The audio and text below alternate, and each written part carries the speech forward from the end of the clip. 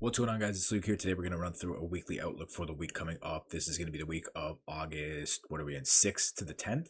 No, that's July. Wait, August 3rd to the 7th, 2026. I'm going to show you guys what I'm looking at this week. Then we're going to go through the news. I'll show you guys what I have marked on my higher time frames, and we'll do some analysis really quick. So yeah, let's start on the higher time frame, kind of work our way down. Obviously, we ended up tapping into that monthly gap, which I've had marked out for a while. We ended up rebalancing. We didn't actually, I thought we would honestly go a bit. Actually, no, we did tap equilibrium pretty much exactly. I was looking to see if we'd actually pull back a little bit further to this 26,000 area or so, but we did tap equilibrium. As you can see, we got a strong rejection up out of that.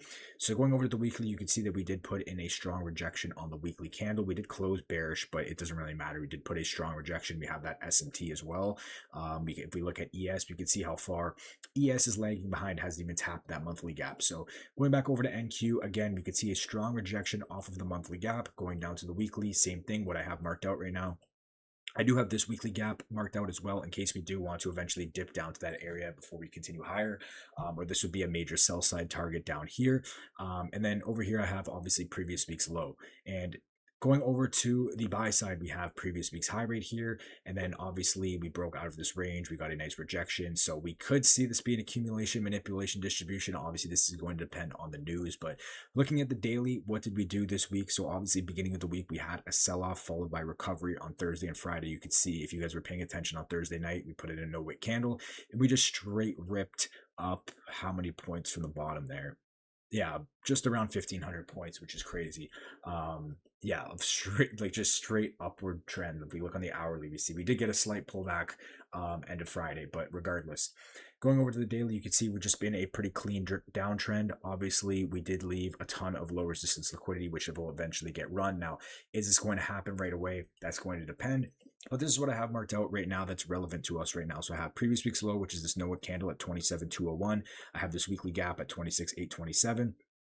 You can see we have some lows kind of leading into that as well.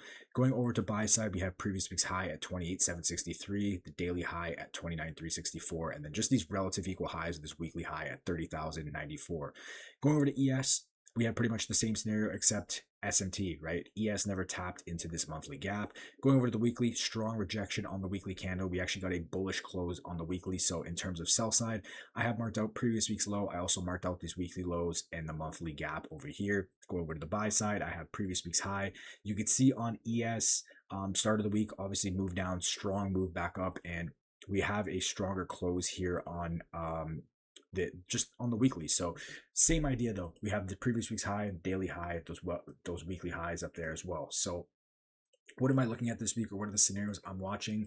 Basically, my main idea right now is to be using previous week's high as one condition, and then we have this 8-hour and this like 4-hour gap right here, which I want to use as a major condition as well if we want to manipulate lower. So this is really going to depend on what happens this week. I think we do have some news happening again with war, if I just seen right. Yeah, so we're gonna see what happens with the new week opening gap, but regardless, we can't really get into that right now. We're just gonna kind of go off the draws liquidity, because again, price is just going to attack these draws anyway, so we're gonna kind of base it off that. But that's something to keep an eye on. Make sure you are watching the news this week. So what I'm looking at basically is going to be previous week's high, and again, this unmitigated or 8-hour 4-hour gap down here. So in terms of previous week's high, if we get initial manipulation higher, I want to just see how we react off previous week's high. If we sweep it and we look for lower, I'm going to be looking for price to potentially come down and continue the downtrend, take out this no-wick candle down here, and then eventually tap into that weekly gap and continue to run sell side maybe a bit longer. So that's going to really depend if we get that initial manipulation higher. Now, if we start to trade above previous week's high and we start to displace aggressively, then I'm going to assume that we want to just run through this low resistance right here. So if we get a push above previous week's high and we continue to displace, then I'm looking for continuations higher to see all this low resistance liquidity get run. So that's going to be my scenario if we manipulate higher first. If we manipulate higher, we sweep previous week's high and we show a strong, shift from bearish, from bullish to bearish, then I'm going to be looking for, this no wick candle, previous week's low, and then for us to displace lower. If we displace past previous week's high, I want to see continuations towards this low resistance liquidity above. Now, if we manipulate lower, what I'm going to be watching is obviously, like I said, this 4-hour, 8-hour gap, whatever you want to label it as. If we come down and respect that, then we could potentially see push back higher. If we break below this and we just completely disregard it and we just disrespect it, then I want to be seeking continuations down towards, the rest of our sell side. And then from there, maybe we get that rotation that we really want to truly make back to the upside. So those are the conditions that I've set for myself. Basically, this gap right here and previous week's high. Again, if we come up, we manipulate previous week's high, I'm potentially looking for a move and a continuation back lower. If we displace past previous week high, I want continuations to run this low resistance above. If we manipulate lower, I'm using this gap here as a condition. If we respect it, we potentially look for higher. If we trade through it, I'm looking for a price to run back into that higher time frame, run some more sell side, and then maybe this can be the area again that launches us higher. Now, one thing that I'm really going to be paying attention to as well is ES, because again, you can see that ES is leading us bullish. So if ES wants to continue to push higher, then we would probably assume that NQ wants to push higher because they are correlated with each other, correct? So again, really pay attention to see how ES is moving. Again, we have tons of low resistance above, but again, we're going to see what happens with that news, but this is pretty much all I have marked out on my higher time frame charts.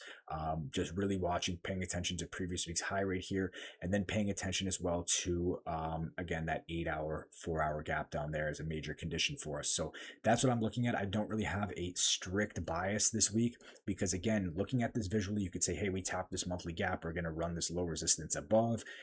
But at the same time, you know what I mean? We could easily just keep running lower and we could just keep putting in, like you look at this trend, right?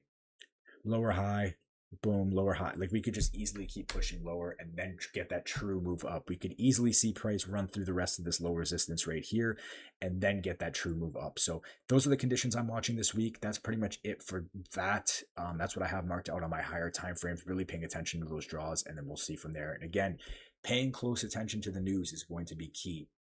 So now we're going to go through the actual Forex Factory listed news that we have day by day. We actually have a pretty good week based on the news from what I'm seeing so far, starting on Monday.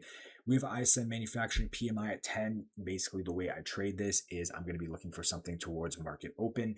If I don't get anything and it's like 9:50, I wait for 10 a.m. news to play out, and then I see what that 10 a.m. candle does. Regardless of the news, it doesn't really matter. It's more about the 4-hour candle open, see what it does, and then we trade after that. But hopefully we get something earlier in the session because the earlier you're done, the better. Like the more volume is going to be around that market open time anyway. Going over to Tuesday, we have Jolts at 10. This is just orange folder, but again, same idea. Regardless of the 4-hour or the 10 a.m. news, the 4-hour candle opens. So if there's usually nothing by around 9:50, I prefer to wait for 10 a.m. But this will be a normal trading day, normal risk for me. Wednesday, same idea, just a normal trading day, nothing special here. Thursday, regular trading, and then Friday we have NFP at 8:30. I trade normally on NFP. Usually I will slightly maybe de-risk just depending on what happened with NFP. But yeah, this will be a normal trading day. I'm not one of these people who skips the trading day because of a huge news event. Like I'm still going to trade. But yeah, we'll see what that does. Hopefully that gives us something to target. But anyway, that's it from you guys. That's what I got marked on my chart this week. Let me know what you guys are expecting this week, what you're looking at, and I'll talk to you guys in the next one. Peace.